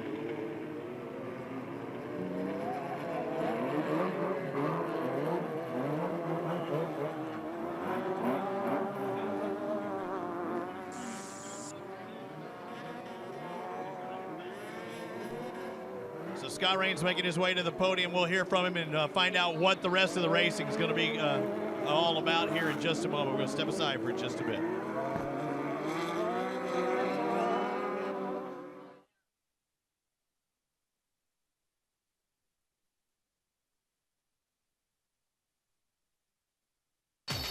Fire and EMS professionals often use gas-powered tools and depend on this equipment to start when needed.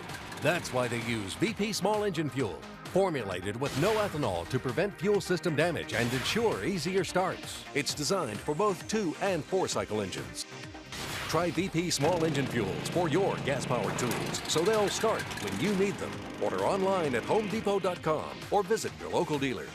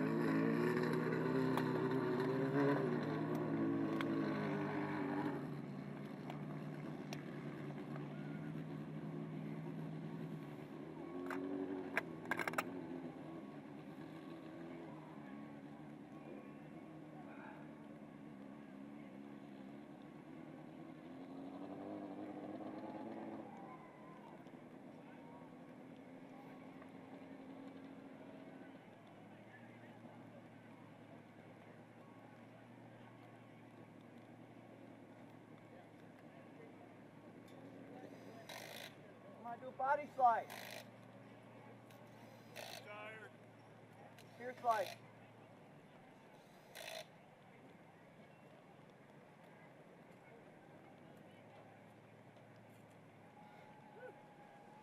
Well, race fans, once again, we got our top 3 finishers of the Super Buggy class up here, and a newcomer and a new world champion.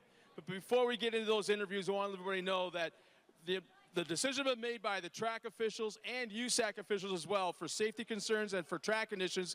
There'll be no pro racing this afternoon. The racing is now done.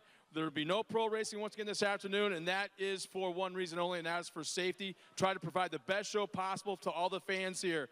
Right now, the track appears to be in very, very good condition, but keep in mind that all day long they've been scraping the mud, scraping the clay off to the side of this racetrack. Right now, they're on track surface from about 15 years ago, the hard gravel, the sandy surface. So we can't race on that. Otherwise, if we did that, they'd have nothing to race on for tomorrow. They'll be working on it all night long, I'm quite sure. So once again, there'll be no more pro racing this afternoon, but come back tomorrow. The first green flag waves at 9 a.m., and I guarantee you this, I have been told by very top officials that you'll see more pro racing tomorrow afternoon on Sunday than you've ever seen before. So make sure to come back tomorrow.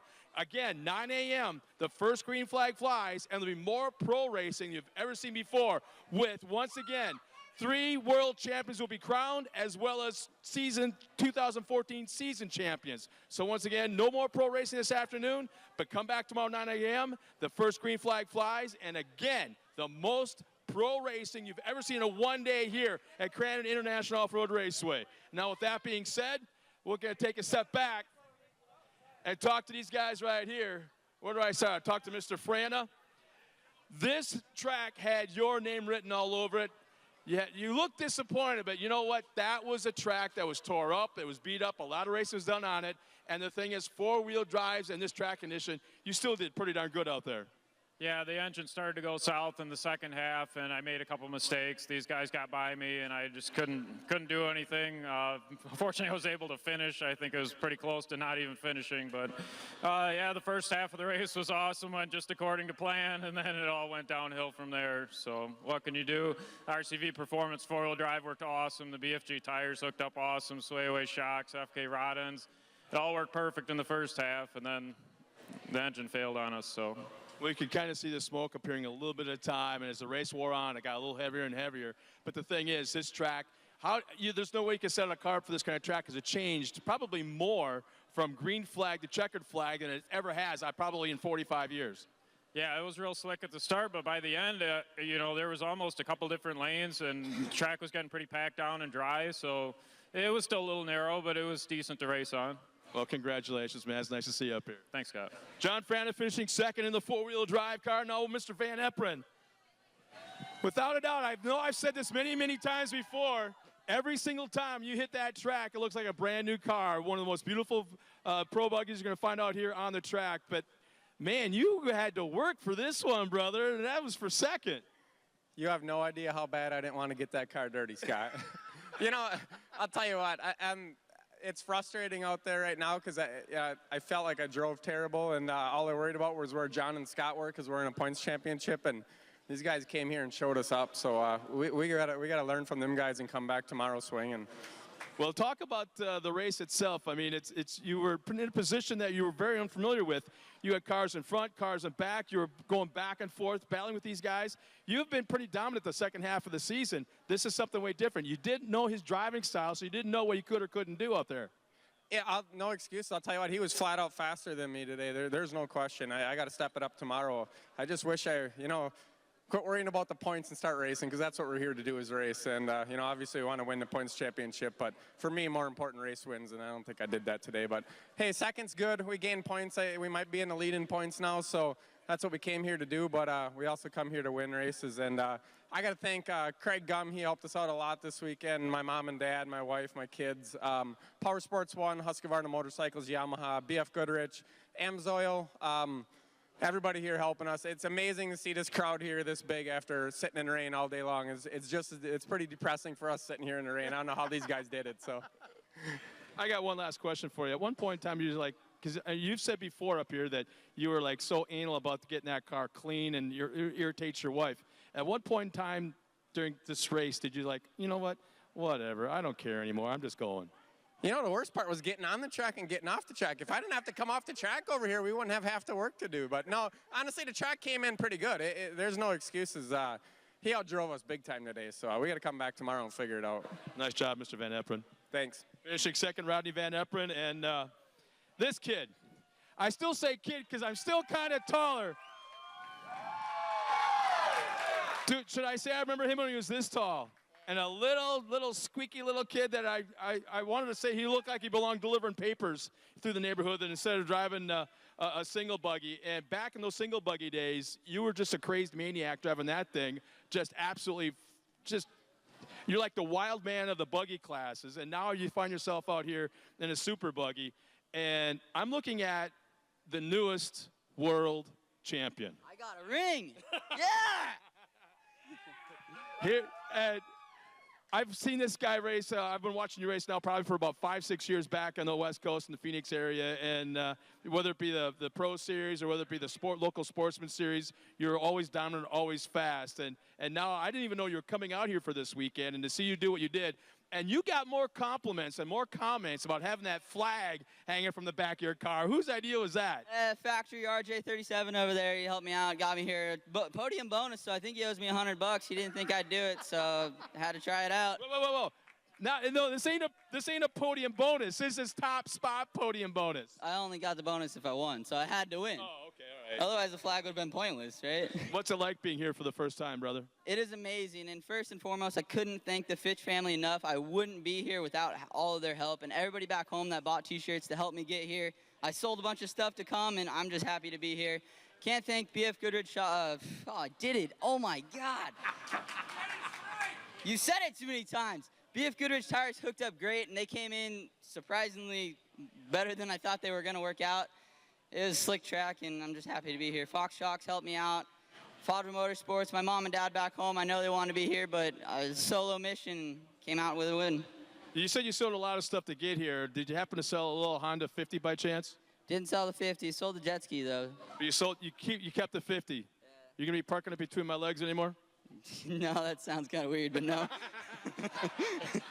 He snuck up behind me one time after a race and burnt my calf on the muffler, and he started crying after he felt so bad. But no, you didn't. But you're still laughing about it. But you know what? Congratulations, man. As I look at you, Kevin, congratulations. Welcome to Crandon. You are probably now an honorary cheesehead world champion here at Crandon. Ladies and gentlemen, Kevin McCullough.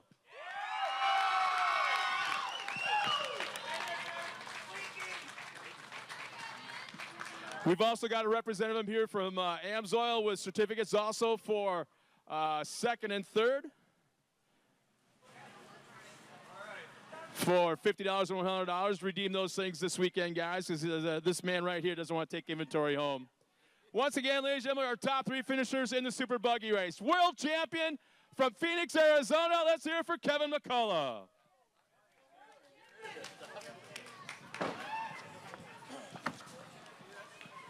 Once again, race fans, if you hear our voices, don't forget we've got all of our pro drivers because they weren't able to hit the track here.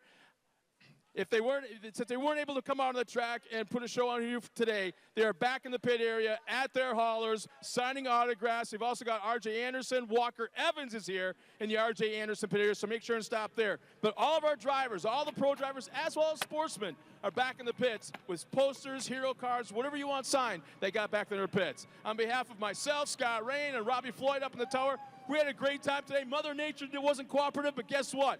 Tune back in tomorrow at 9 a.m. for the first green flag, and I guarantee you this, more pro racing in one day you've ever seen here at Crandon International Off-Road Raceway. It's World Champion Weekend. 3 world champions tomorrow will be crowned. 3 points champions will be crowned as well in the pro ranks. Well, on behalf of myself, once again, Scott Rain and Robbie Floyd, we had a great time. We'll see you tomorrow morning at 9 a.m.